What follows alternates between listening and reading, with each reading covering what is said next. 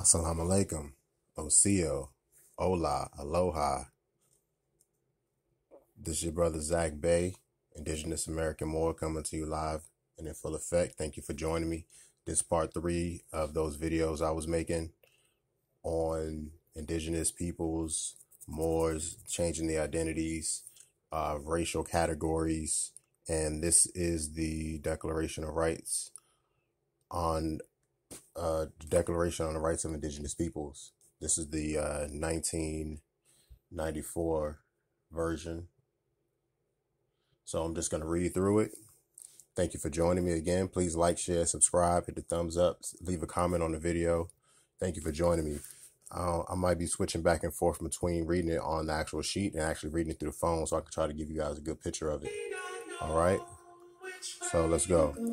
Federally enforced pursuant to Article 6 of the Constitution of the United States of America Republic, affirming that indigenous peoples are equal in dignity and rights to all other people while recognizing the rights of all people to be different and consider themselves different and to be respected as such, affirming also that all people contribute to the diversity and richness of civilization and the cultures which constitute the common heritage of humankind, affirming further that all doctrines, policies, practices based on or advocating superiority of peoples or individuals on the basis of national origin, racial, religious, ethnic, or cultural differences are racist, scientifically false, legally invalid, morally condemnable, and socially unjust,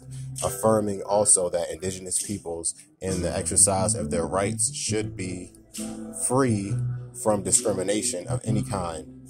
See, so exercising rights as a Moor, as an indigenous Moor, you should be supposed to be free from any kind of discrimination, regardless if it's registering things with said state or different kind of government entities that are not our specific government. All right, so let's continue. Concerned, indigenous people have been deprived of their human rights and their fundamental freedoms, resulting in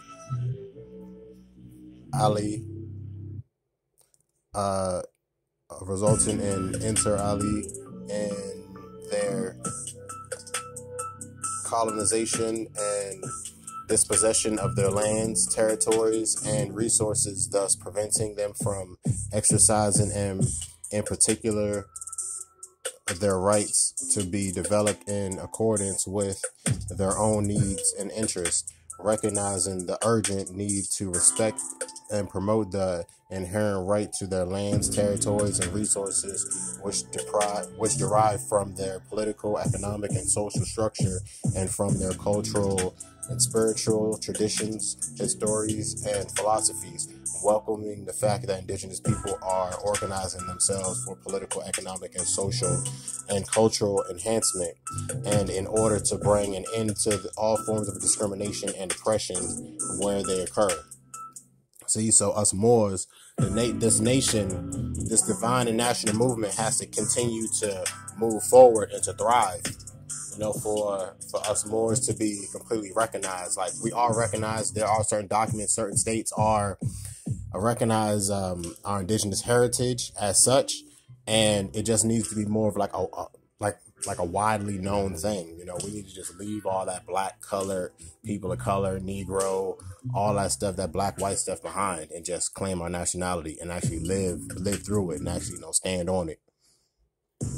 We got to just make sure we got to teach, our babies, teach the next generation about it, so they don't have to fight the same battles that we are fighting now or that we have been fighting. Okay, so let's continue. Part 1, Article 1. Indigenous people have the right to a full and effective enjoyment of all human rights and fundamental freedoms recognized in the Charter of the United Nations and Universal Declaration of Human Rights and international human rights law. Article 2, indigenous individuals and peoples are free and equal to all other individuals and people in dignity and rights, and have the right to be free of any kind of adverse discrimination, in particular that based on their indigenous origin or identity. Article 3, indigenous people have the right of self-determination. By virtue of that right, they are freely determined their political status and freely pursuant to their economic, social, cultural development. See, so we have to claim our nationality. That's what it's saying. We have the right to self-determination to determine ourselves freely. We have to do that. We have to declare our nationality, proclaim it, and stand on it.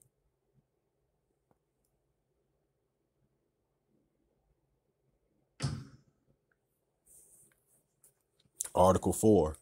Indigenous peoples have the right to maintain and strengthen their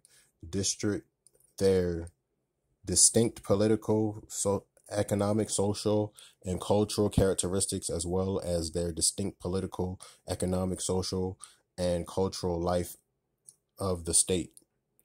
Article 5. Every indigenous individual has the right to a nationality. See, a nationality. That's key. So thank you, Moors. Thanks, family. Thanks, tribe. Thank you all for joining me once again. You can also check on this document. This is the actual document that former President Barack Obama signed in office when he was around 2008, 2009, 2010. Before he left office, he actually signed the rights of indigenous peoples, a newer version. So it still has all this same stuff in the body, and it might have actually added a few other things, but I believe it's still the same exact document. But this is when it was first introduced back in 1994.